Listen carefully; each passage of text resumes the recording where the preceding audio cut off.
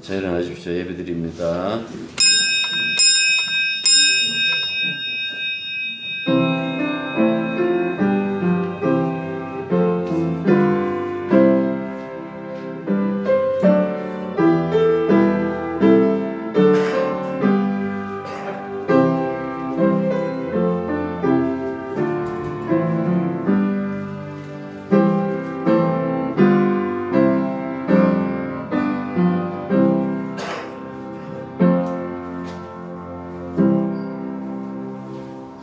올해도 이제 한 달여 남았습니다. 영원하신 하나님과 달리 시간의 장애를 받고 있는 우리들, 연말이 되면 후회하기도 하고 뒤를 돌아보기도 하지만은 우리 앞에 있는 영원한 세계를 바라보는 그 마음 하나는 저희들 변치 않게 해 주시옵소서.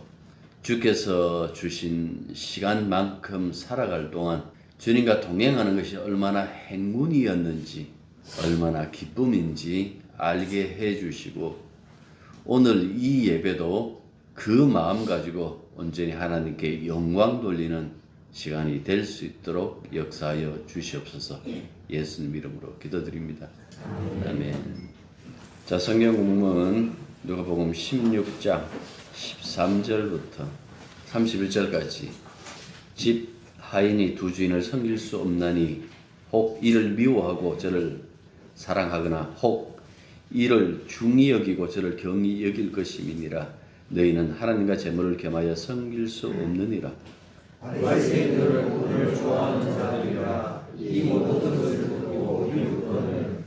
예수께서 이르실 때 너희는 사람 앞에서 스스로 옳다는 자들이나 너희 마음을 하나님께서 아시나니 사람 중에 높임을 받는 그것은 하나님 앞에 미움을 받는 것이니라. 율법과 사단은 요한의 때까지요. 그것보다는 하나님의 나라의 복음이 전파하여 사람마다 그리로 침입하니라. 그러나 율법의 한 획이 떨어짐보다 천지가 없어짐이 쉬우리라.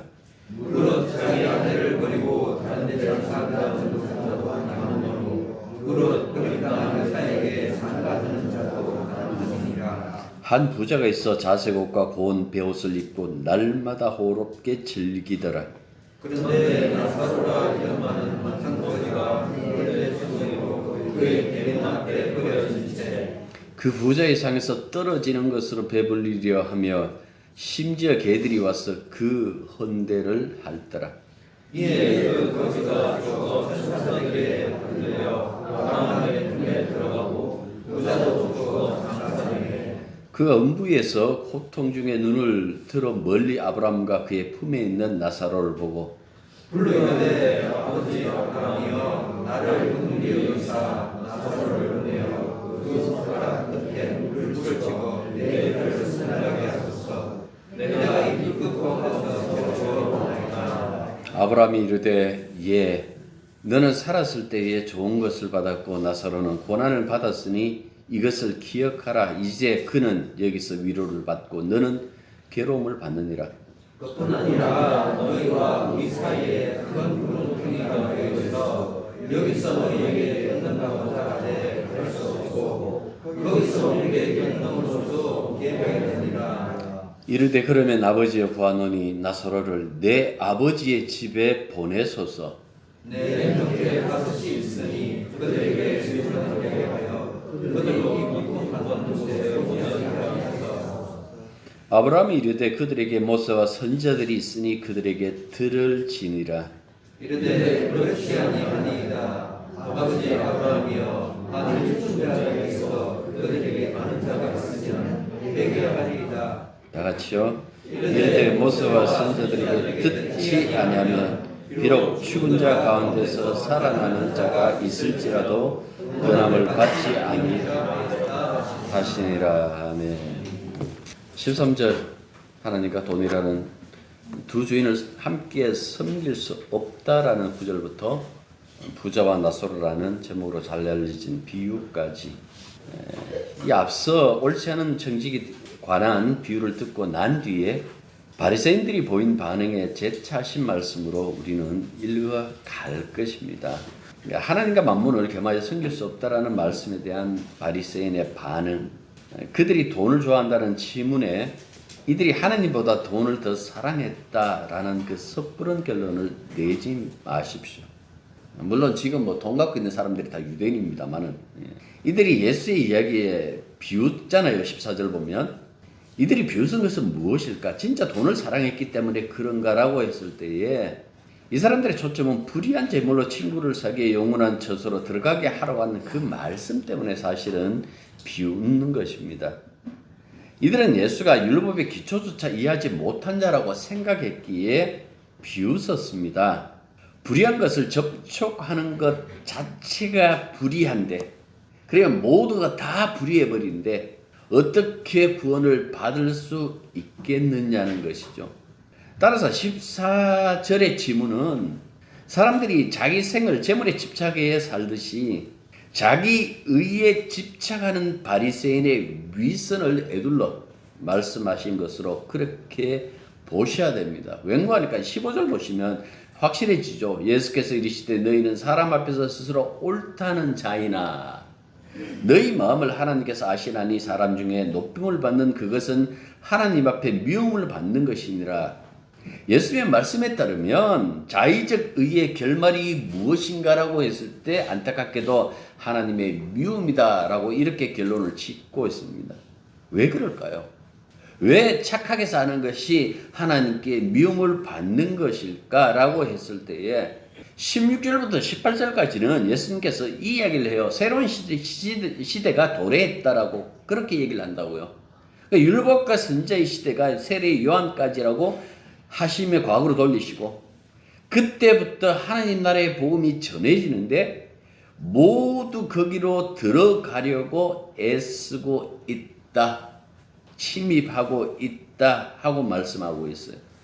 침입하고 있다, 애쓰고 있다, 들어가다라고 번역한 이 헬라어 단어는 비아제티아라는 이 단어는 중간태로 혹은 수동태로 우리나라에 말하는 중간태라는 게 없습니다만은 어느 쪽으로 이해하느냐에 따라서 의미가 달라져요. 중간태로 하면 사람들이 강제로 하나님 나라로 밀고 들어가는 것으로 해석돼요. 수동태로 하면요. 하나님의 초청에 사람들이 강하게 이끌려 들어가는 것으로 한쪽은 이쪽에서 빨아당겨버리고 한쪽은 밀고 들어가는 것으로 이렇게 갈라진다라는 그 말씀입니다. 여러분들 그런데 구원에는 수동태밖에 없어요. 창조든 새 창조든 인간은 수여자일 뿐이에요. 이것 이상의 것은 없어요. 그런데 17절에 보시면 그러나 하고 시작하잖아요. 율법의 엄미함을 말씀하는데 한 획이라고 나오잖아요. 이건 한 획, 우리 이 자음 하나 그 뜻이 아니고 작은 계명이에요. 그러니까 작은 계명 하나 포기하기보다 천지가 사라지는 것이 더 쉬울 것이다라고 이렇게 말씀하시는 거예요. 이거 과장법인가요? 왜 이렇게 말씀하시는 거 하니까 말씀은 모두 말씀대로 이루어져야 된다라는 그 뜻이죠. 그러면서 곧바로 이혼에 관한 말씀을 해요. 이 말씀을 왜 덧붙였을까? 결혼하거든 이혼하지 말라 그 얘기인가요? 아니에요. 고린도전서 7장에 보면 이혼할 수 있어요. 지금 여기서 이혼하지 말라라는 그 말씀이 아니고 이게 무슨 소린가 하니까 하나님 나라의 복음이 사람들을 끌어당기잖아요. 그 하나님 나라의 복음과 율법이 별개가 아니다라는 것을 암시하는 거예요. 쉽게 말하면 구약을 버리고 신약만 가지고 신앙을 주장한다거나 아니면 반대로 우리에게는 구약뿐이라고 주장하는 것은 모두 간음. 이 간음이라는 것은 그냥 우상숭배라고 이렇게 생각하시면 되는 거예요. 우상숭배에 불과하다라는 그 말씀을 이렇게 지금 끌고 가시는 것이다 라는 그 말씀입니다. 로마서에 의하면 예수님의 율법의 마침이에요. 왜 율법의 마침입니까? 율법의 마침이 되신다라는 것은 성령을 따르는 우리에게 율법의 요구가 이루어지게 하려는 것이다 라고 이렇게 설명을 덧붙이셨어요. 분명히 율법은 거룩하고 의롭고 선합니다. 그렇지만 이 법을 따라간 이스라엘은 율법에 이르지 못했다라고도 얘기해요. 지금 이 로마서 전체를 가지고 얘기하는 거예요. 왜 그럴까? 연약한 육신으로는 율법의 요구에 무력해질 수밖에 없었음을 말씀해 주고 있습니다. 그래서 하나님이 자기 아들을 연약한 육신으로 보내요. 그리고 그 연약한 육신의 모든 죄를 담당하게 하십니다. 율법의 불순종 벌을 그 아들에게 쏟아 부어 버리셨다라는 그 말씀입니다. 그렇게 함으로 말미암아 예수님을 율법에 마침하고 이렇게 얘기를 하는데, 이 말씀은 다르게 말하면 이제 율법과 해야 할 계산이 남아 있지 않다라는 그 의미입니다. 하나님 나라의 복음은 바로 이 사실을 말씀하는 겁니다. 예수 그리스도가 우리를 위하여 율법의 마침이 되신다라는 것. 누구든지 그리스도의 복음을 받아들이면 하나님의 자녀가 된다고. 그런데 바리새인이 비웃은 것은 바로 이 점입니다. 사람이 의롭게 살지 않고 어떻게 구원받을 수 있느냐라는 것이에요. 그래서 비웃는 바리새인들을 겨냥하고 예를 든 비유가 바로 마지막에 읽었던 부자와 나사로입니다. 여러분들 이 비유를 읽으실 때마다 미리 기억해야 할 것은 부자나 나사로의 행동을 언급하지 않고 그들에 대한 묘사를 하고 있다라는 이 점입니다. 물론 부자가 자기 집 대문 앞에서 빌어먹는 나사로에 대한 무관심이 곧 부자의 옳지 않는 행동, 다시 말해서 이웃을 사랑하지 않는 죄라고 주장할 수 있어요. 충분히. 하지만 이 비유의 첫 번째 목표는 구제나 이웃사랑이 아닙니다. 율법의 요구는 사람이 충족할 수 없었고 충족했다고 스스로 만족해도 하나님의 진노를 피할 수 없다는 것을 말씀하는 거예요. 그러므로 하나님이 이 부분을 돕지 않으면 그 누구도 자신을 구원할 수 없다라는 그 사실을 이 비유 속에 담고 있는 겁니다. 이거를 우리들에게 알게 하기 위하여 예수님은 비유나 예화 가운데서 유일하게 여기 보면 고유 인명이 나오는데 그것이 뭐고 하니까 나사로예요. 이 나사로는 하나님이 도우시다. 히브리어 엘레 아자르. 이것의 헬라어 음력이 바로 이 나사로입니다. 이름에서 나타나듯이 나사로는 하나님의 위로와 도우심을 바라는 자, 그것을 기다리는 자이죠. 그러니까 나사로의 현실은 물질적인 가난인가? 물질적인 가난이 아니라 하나님 앞에선 인간의 부정함과 의의 가난함. 여러분들 이렇게 읽어보셔야 된다라는 그 말씀입니다. 그리고 이 비유 속에 주인공은 나사로가 아니에요. 우리가 앞서서 탕자의 비유에서 둘째 아들도 첫째 아들도 아니다 그랬잖아요. 한편의 연극이라면 나사로는 뭡니까? 그냥 엑스트라에 불과한 것. 대사 한마디 없어요. 그런데도 우리는 나사로가 비록 거지였지만 하나님을 믿어. 이 하나님을 믿어라는 게 참 웃기는 이야기입니다. 여러분들 누구한테 묻거든 예수 믿는다 하십시오. 그 말 안에 예수의 아버지이신 하나님을 믿는다라는 그 말이 들어가요. 하나님을 인격적으로 만날 수가 없어요. 예수님을 인격적으로 만난다는 말은 그래도 성립이 돼요. 우리는 하나님을 만나는 것이 아니라 예수님을 만나서 구원받아요. 그래서 대한예수교라고 이렇게 나가는 거예요. 다시 이야기하지만 쉽게 이렇게 얘기를 하죠. 아마 나사로는 비록 가난했지만 믿음이 있었기에 천국에 들어갔다라고 쉽게 도출합니다. 하지만 여러분들 주목하여 다시 본문을 보십시오. 여기서 요점은 나사로 아니에요. 부자와 아브라함의 대화가 이 비유의 요점이에요. 잠깐만 이 이야기로 들어가 볼까요? 한 부자가 있었습니다.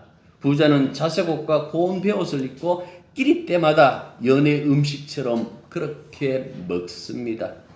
이 사람에게는 무엇을 먹을까, 무엇을 마실까, 무엇을 입을까 염려하지 말라라는 말씀이 필요 없는 그만큼 부자였습니다. 부자의 대척점에 있던 이 나사로는 어떻습니까? 가난한, 한 칸의 방도 없어 불황자, 부잣집 대문 밖에서 음식물 쓰레기로 배를 채우려 하나 그것도 마땅치 않는, 게다가 몸뚱이는 종기투성이, 헌데라는 이 말이, 이 헌데라는 말이 굉장히 옛날 말이거든요. 그러니까 몸뚱아리에 종기가, 이 헌데가 가득하다라는 것은 그의 부정함을 의미합니다. 그 다음 묘사가 그것을 얘기해요. 개들이 나사로의 몸을 핥아요. 유대교에서 개는 부정한 짐승으로 취급합니다. 그러니까 개들의 핥음이 나사로에 대한 연민을 부추리는 것이 아닙니다.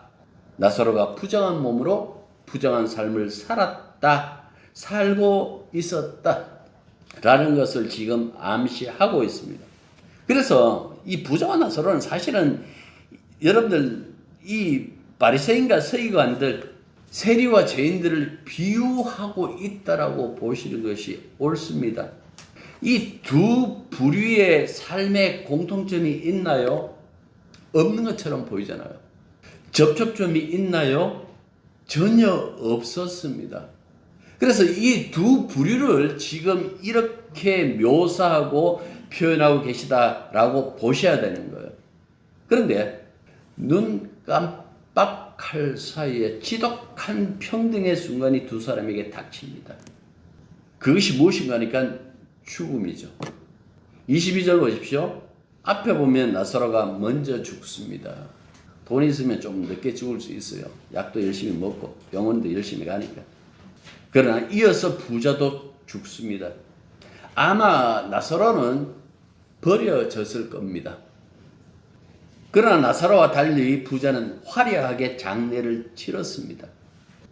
여러분들, 이야기의 첫 부분은 땅에서 함께 살던, 치근에 살았던 부자와 가난뱅이 이야기를 통하여 의의 대조를 보여준 거예요. 그것을 부자와 가난한 나사로로 묘사하여 두 삶의 간극을 설명해요. 서로 접촉하지 못했다는 이야기죠. 하나는 부정한 사람들, 하나는 의로운 사람들. 이 간극을 설명한다라면 이야기꾼인 예수님은 이들의 죽음을 통해서 이때껏 생각지도 못한, 그들이 경험하지도 못한 삶의 후면에 대한 그 이야기를 들려줍니다. 그 예화의 중요한 부분은 이제부터예요. 앞부분이 아니고 이제 그 이후에 벌어지는 그 일에 대하여 지금 들려줍니다. 가장 중요한 부분이 이제부터 시작된다라는 그 말씀입니다. 예수님이 말씀하시는 것은 우리 삶에서 가장 중요한 요소예요. 지금부터 말하는 것이. 그런데 평소에는 관심을 두지 않습니다. 죽음 이후에 관심을 두고 사십니까? 아니면 내일 어떻게 하지? 내년에 어떻게 하지? 우리가 잘 생각지도 않는 그 부분을 꺼내가지고 지금 우리들에게 보게 하시는 겁니다. 그래서 우리의 삶의 진짜 문제는 사치 부리며 살거나 가난하여 부스러기나 먹으면서 굶주린 것을 넘어서 진짜 이야기는 죽음 이후에 벌어진다라고 이렇게 얘기를 해요. 그때는 정말 이상한 일이 벌어지는데 외적인 조건들이 결정에 전혀 영향을 끼치지 않았다라는 거예요. 살아생전에 내게 힘이 되었던 것, 내게 자랑이 되었던 그 모든 것들이 저승에서는 씨알도 먹히지 않았다라는 거예요. 다시 말해서 이 세상의 가치가 저 세상에서 아무것도 아닌 것이 되어버렸다라는 그 이야기죠. 앞서도 말했지만 땅에 있을 때 부자와 가난한 나사로의 사이에도 보이지 않는 이 간극, 그 간극이 있었잖아요. 그런데 예수님은 그 이후의 이야기에서 다시는 만날 수 없는, 서로 건널 수 없는 정말 깊고 큰 틈을 말씀하시는 거예요. 그래서 이것이 실제다라고 말씀하고 계시는 겁니다. 땅에서는요, 가끔 노블레스 오블리주라는 차원에서 부자가 가난한 자를 만날 확률이 많아요. 근데 죽음 이후의 세계에서는 없어요. 땅에서는 왜 만난 도시락을 들고 옷가지와 김장김치를 들고 가난한 자들을 찾아갈 수 있잖아요. 그런데 죽음 이후의 세계에서는 할 수가 없어요. 땅에 살 때 그 간극은 보이지 않는 거예요. 뭐 니도 사람이고 나도 사람이고 라고 하면서 정치인들이 막 이렇게 손 붙잡고 시장 가갖고 손 붙잡고 그들이 먹는 음식도 먹으면서 그건 할 수 있어요. 그런데 저승에서는 오는 세계에서는 간극이 실제화되어 버린 거예요. 건널 수 없는 구렁텅이, 너무나 다시는 건널 수 없는 것. 아니 이건 사실 나중에 뭐 그 말씀을 제가 생각나면 하겠습니다만은 복음과 그러니까 유대인과 예수님과의 그 간극이기도 해요. 사실은 한쪽은 지옥이 한쪽은 천국이니까 이 간극을 설명하고 있기도 해요. 부자가 아브라함에게 은혜를 요청하잖아요. 근데 너무나 작은 것이었어요. 살아 생전에는 상상하지도 못했던 것을 얘기를 해요. 그것이 뭔가 하니까 나사로의 손가락으로 찍은 물 한 방울. 너무나 소소한 것이잖아요. 근데 거절당해요. 왜 거절당할까? 이들 둘 사이에 있고 깊고 큰 틈 때문에, 구렁텅이 때문에, 건널 수 없기 때문에 안 된다라고 얘기를 하고 있어요. 여기서 예수님은 천국이란 낙원 이야기를 하질 않아요. 아브라함의 품이라고 하셨어요. 왜 아브라함의 품이라고 얘기하실까? 아브라함의 품이라고 얘기하는 것은 그 지금 이 이야기를 듣고 있는 유대인들, 바리새인들을 염두에 둔 그 포석이기도 해요. 강도에게는 낙원이라고 얘기해요. 강도를 포석하는 거예요. 강도는 그 강도의 생각에는 그 낙원이 최고예요. 그래서 낙원 해주는 거예요. 여기서는 지금 아브라함의 품하는 것은 누구를 염두에 두고 있느냐? 유대인들. 예수님 말씀이 화신이에요. 성경을 깨뜨리고 계시는 분. 예수님 자체가 언약이에요. 아브라함 육신으로는 유대인, 늙기는 아랍인의 조상일 뿐만 아니라 로마서에 보면 모든 믿는 자의 조상이라고 이렇게 얘기를 해요. 그가 하나님 말씀을 믿음으로 의롭다함을 얻었기 때문에 그게 창세기 15장 6절의 말씀이거든요. 니시 12장에서 약속해갖고 들어왔는데 자식이 없어. 우약가요. 그냥 이때까지 내 아들처럼 키웠던 그 하인에게 모든 것을 물려줄 거야. 아니, 네 자식이 하늘의 별만큼 많아질 것이다라고 말씀하시죠. 아브라함이 그걸 믿으니 하나님께서 그 아브라함의 믿음을 의로 여기시다라는 그 말씀이 있거든요. 물론 이 부분에 대한 해석을 나중에 사도 바울이 다시 해줘요. 왜 그렇게 말씀하시는지. 로마서 4장에서. 나사로가 아브라함의 품에 안겼다라는 것은 아브라함의 약속했잖아요. 너로 말미암아 만민이 복을 받는다. 아브라함과 맺은 그 언약 속에 담긴 하나님의 약속과 믿음과 만민의 복에 참여했다라는 그 의미가 아브라함의 품이에요. 유대인들은 하나님이 아브라함에게도 율법을 주셨다고 주장하기도 해요. 그게 뭐냐고 물어보면 할례라고 얘기를 해요. 그래서 아브라함도 율법을 지켰다? 그럴까요? 이걸 가지고 바울이 그런 얘기를 하잖아요. 그래, 좋다. 그래, 그 율법이다. 그렇다고 할지라도 믿음으로 의롭다고 여김 받은 것은 15장. 그때 바울 시대에 장수 없었습니다. 이거는 17세기에 이 장절이 일이 생겼으니까. 15장 우리로 얘기하면 할례는 17장 무엇이 우선인데 무엇이 중요한디 하고 묻는 거예요. 로마서에서 갈라디아서에서요. 무엇보다도 율법은 그들에게 구원을 가져다 주지 않았어요. 호렙산에서 십계명을 받을 때에 이스라엘 민족은 깡그리 망할 뻔했잖아요. 다 죽을 뻔했잖아요. 중보자 모세가 없었으면 그들 다 그냥 죽었을 겁니다. 호렙산에서 임재하신 하나님의 거룩하심이 고스란히 담긴 율법 앞에서 그들은 한 번도 자유롭지 못했어요. 그들 역사 내내 나라를 통째로 잃었던 시절을 겪을 만큼 율법은 그들에게 언제나 짐이었습니다. 말씀이 송깃굴보다 달다고 10편 119편에서 얘기하지만은 그들에게 율법은 쓰기만 쓰고 약효는 전혀 없는 약이나 마찬가지였습니다. 그러면 율법이 잘못된 것이냐? 그거는 분명히 얘기하잖아요. 아니라고. 오늘도 얘기했잖아요. 천지가 없어지는 것이 율법의 작은 계명 하나 사라지는 것보다 더 쉬울 거라고. 인간이 하나님 말씀 앞에서 얼마나 무력한가, 그것 때문에 율법 주신 거예요. 하나님과 영원한 왕조를 계약했던 다윗이 있잖아요. 다윗은 어린 시절 지나서 욕망의 화산으로 변합니다. 그리고 자신을 깨우쳐요. 그리고 마침내 하나님과 맺은 그 언약 속에 영원한 옥자의 자리가 자기 것이 아님을 알아요. 아버지 하나님이 아들 하나님에게 그 옥자를 넘겨주신다라는 그 사실을 시편 110편에서 노래해요. 바벨론 포로 이후에 주의진 새 언약은요, 온통 오실리에게 초점 맞추고 있는 거예요. 그러니까 예수님은 아브라함이, 모세가, 다윗이 기다렸던 메시아. 예수님은 지금 두 남자의 죽음 이야기로 촉발하려는 것은 하나님 나라의 복음, 곧 십자가의 복음으로 이끌어 자신의 나라로 인도하시려는 것이에요. 그런데도 사람들, 특히 자기 의로 부유한 바리새인들은 그걸 싫어하는 거예요. 자기의 믿음과 사람들의 칭찬이 자신의 현실이고 신앙의 진실이라고 믿었지만은 하나님 앞에서는 아니었어요. 15절 다시 보십시오. 예수께서 이르시되 너희는 사람 앞에서 스스로 옳다 하는 자이나 너희 마음을 하나님께서 아시나니 사람 중에 높임을 받는 그것은 하나님 앞에 미움을 받는 것이니라. 도대체 하나님의 미움에 얼만큼 하나님의 미움이 컸을까? 그 이야기가 하데스의 불길로 나타나는 거예요.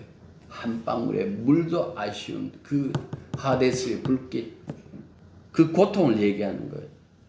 이 대화가 굉장히 중요하다고 그랬잖아요. 생전에 자신에게 봉사할 준비가 항상 되어져 있는 하인을 부르는데 익숙했던 이 패턴대로 저승에도 얘기를 해요. 아브라함에게 불 속에서 고통나는 자신을 위해서 나사란을 보내달라고. 나사란한테 말 안 걸어요. 이미 여기서부터 지금 부자의 머리가 막 돌아갈 거예요. 도대체 저놈은 뭔데 지금 약속 안에 안겨져 있지라고. 근데 아브라함은 거절합니다. 그의 변화된 상황, 새로운 진실에 대해서 얘기하는 거예요. 근데 여러분들, 이 부자에게 아브라함이 하시는 말씀 감안해 보십시오. 예라고 이렇게 얘기를 해요. 얘야. 요거는 앞서 큰아들을 부를 때 아버지가 사용했던 그 단어예요. 똑같은 단어예요. 테이크. 너는 살아있을 때 좋은 것을 받았고, 무슨 뜻일까요? 의로운 측에서 사람들에게 존경받고 대접받는 그들의 이중적인 삶의 태도에 대한 일침이겠죠. 그런데 그렇게 거룩함과 의에 부유했던 바리새인들의 구원은 실패해요. 그러면 우리의 질문, 이들도 실패했다면 거룩함과 의에 가난했던 세리와 죄인들의 실패는 마땅하지 않습니까? 예, 마땅해요. 이들이 죄를 지었기 때문에 구원받는다, 그 소리 하는 것 아니에요. 이들이 의에 가난했기 때문에 구원받는다, 그것 아니에요. 그런데 어떻게 구원이 그들에게 이르렀을까? 예수님을 친구로 받아들였으니까. 그분이 전한 그 하늘나라의 그 복음을 즐거운 마음으로 들었으니까. 그리고 하나님의 긍휼을 바랐기 때문에. 이 이야기는 조금 있으면 나올 거예요. 18장에서. 하늘도 우러러 보지도 못해요. 하늘도 쳐다보지도 못할 만큼 자기가 죄인이라는 그 사실을 고백하면서 주여 우리를 불쌍히 여기소서 하고 가슴을 쳐요. 이 요청이 그들의 노력이 되고 그들의 삶에 하나의 숨길이 된 거예요. 그런데 놀라운 반전이 일어나죠. 자기 의에 풍요로웠던 자들은 하데스의 불속으로 들어가고 아무것도 없는, 의가 없는 이 가난한 이들은 하나님의 긍휼을 잊고 아브라함 품에 안겼다라고 얘기를 하고 있습니다. 실감나지 않지요? 어릴 때부터 뭡니까? 착하게 살아라, 그 얘기만 들었으니까. 주님이 말씀하신 여에 따르면 죽음 이후에 두 가지 행보가 있습니다. 하나는 모든 자비의 아버지의 품에 들어가는 것이고, 다른 하나는 그분에게 잘려나가는 겁니다. 이후에 죄의 협상이 있을까? 없습니다. 그때는 회개도 긍휼도 없습니다. 그거는 이 땅에 살아 있을 동안에만 가능합니다. 그래서 제가 누가복음 처음 하면서 그 얘기를 여러분들에게 했을 거예요. 뭐라고 얘기를 하는 거예요? 여기서 믿음이라는 것은 언제나 현재다. 누가가 얘기할 때는 항상 현재, 오늘 하는 그 이야기를 많이 한다. 옛날에 내가 잘 믿었거든요. 다 필요 없어요. 앞으로 잘 믿을게요. 다 필요 없어요. 오늘의 믿음이 어떤가라는 것을 지금 얘기를 하는 거예요. 천주교에서 연옥 얘기하잖아요. 연옥은 여러분들 어떻게 연옥이 생겨서 가만히 보십시오. 돈 때문에 생긴 것이 연옥이에요. 교회를 지어야 되는데 돈이 부족해. 그래서 만든 것 연옥. 제2협상 없습니다. 패자부활전 없습니다. 부자는 그제서야 자신이 처한 현실을 직시합니다. 그래서 나는 이미 이렇게 끝나버렸다면 아직 기회가 남아있는 5 형제를 생각해 우리 아버지 집으로 나사로를 보내주십시오 하고 이렇게 얘기를 했어요. 왜 5 이야기했을까? 유대인들은 정경을 일반적으로 그냥 타나크라고 이렇게 얘기를 해요. 타나크라는 것은 토라, 네비임, 토라크라는 거 5경, 네비임, 예언서, 케투빔, 성문서, 시편 이런 거. 예. 그 첫 글자를 합하여 형성한 글자가 타나크. 여기서 가장 중심되는 책은 뭐겠어요? 5경이겠죠. 5경. 그들의 삶은 항상 율법에 매여 살았잖아요. 그 5 형제라는 것은 율법에 매여 사는 자들하고 이렇게 이해하시면 되는 거예요. 죽은 나사로를 5 형제에게 보내달라는 것은 저한테는 어떻게 들리는가 하니까 예수여 당신이 메시아라며. 당신이 메시아라면 합당한 표적을 우리에게 보여주소서. 굉장히 여러 번 요구했거든요. 그 얘기랑 똑같이 읽히는 거예요. 근데 아브라함이 거절하죠. 모세와 선지자들에게 듣지 않으면 하는 것은 성경에서 말씀하는 것을 복음을 듣지 않으면 죽은 자가 살아가도 믿지 않는다 하고 거절하는 것으로 끝이 나요. 이야기가. 그렇기 때문에 부자와 나사로의 이야기는 재물을 어떻게 가치있게 쓰느냐 그 경고 아니에요. 하나님이 아브라함에게 했던 약속, 너를 축복하는 사람에게는 내가 복을 베풀고 너를 저주하는 사람에게는 내가 저주를 내릴 것이다. 이 약속대로 나사로와 부자의 운명이 갈렸다. 그 얘기를 하는 거예요. 그 주님이 바로 바리새인들 눈앞에 있었어요. 눈앞에 있는데 영원히 건너지 못할 그 갭, 그것으로 지금 둘이 마주하고 있다라는 그 말씀입니다. 죽은 나사로가 살아가면 사람들이 믿을까? 안 믿어요. 여러분들 그 얘기는 출애굽 사건부터 보여줬어요. 홍해를 건넜어요. 육지처럼. 하늘에서 만나와 메추라기를 먹었어요. 기적은 구원을 일으키질 않아요. 말씀만이 구원을 일으킵니다. 그런데 다 탈락하죠. 그걸 보여주는 거예요. 말씀이 아니고서는 그 어떤 것으로도 구원되지 않는다. 우리는 기적을 바라잖아요. 기적만 일어나기를 기다리고 있는데 기적은 구원을 이루지 못합니다. 이거는 출애굽 사건으로 충분히 소명했어요. 오직 하나님 말씀, 좀 더 구체적으로 얘기하면 십자가의 복음으로 말미암아 하나님의 지혜인 이 예수 그리스도의 복음으로 말미암아 구원받는 거예요. 예수님은 하나님의 선물이거든요. 인류에게 주신. 그래서 우리는 이 예수님의 믿음으로 오늘도 믿으며 예수님을 기다리면서 오늘 살아가야 될 자들이 바로 우리들이라는 그 사실을 여러분들 잊지 마십시오. 기도하겠습니다. 말씀의 반전 앞에서 저희들이 깨우치게 해 주십시오. 은혜라고 하니까 당연히 나는 받았겠지. 안도하는 것보다 차라리 의심하게 하시고 끊임없이 갈등하게 하시고 그러다가 최후에 예수님의 사랑뿐이라는 그 사실을 깨닫고 주님만 붙잡고 살아갈 수 있는 저희들이 되게 도와주시면 간절히 받고 원합니다. 이 모든 것들이 주님 때문에 창조되었고 우리도 주님 때문에 존재하고 우리의 미래도 주님에게 달렸다라는 그 사실을 잊지 말게 하여 주시사 진심으로 예수님을 사랑하게 하여 주시옵소서. 성탄절이 언젠지 모르겠지만은 그냥 한 날 정해서 25일을 우리가 주님 오신 날 하고 했을 때에 그분 오심이 얼마나 큰 은혜인지 하나님의 선물인지 깨닫게 해주시고 예수님을 더욱더 가까이 하고 사랑하는 저희들이 되게 붙잡아 주시옵소서. 예수님 이름으로 기도드립니다.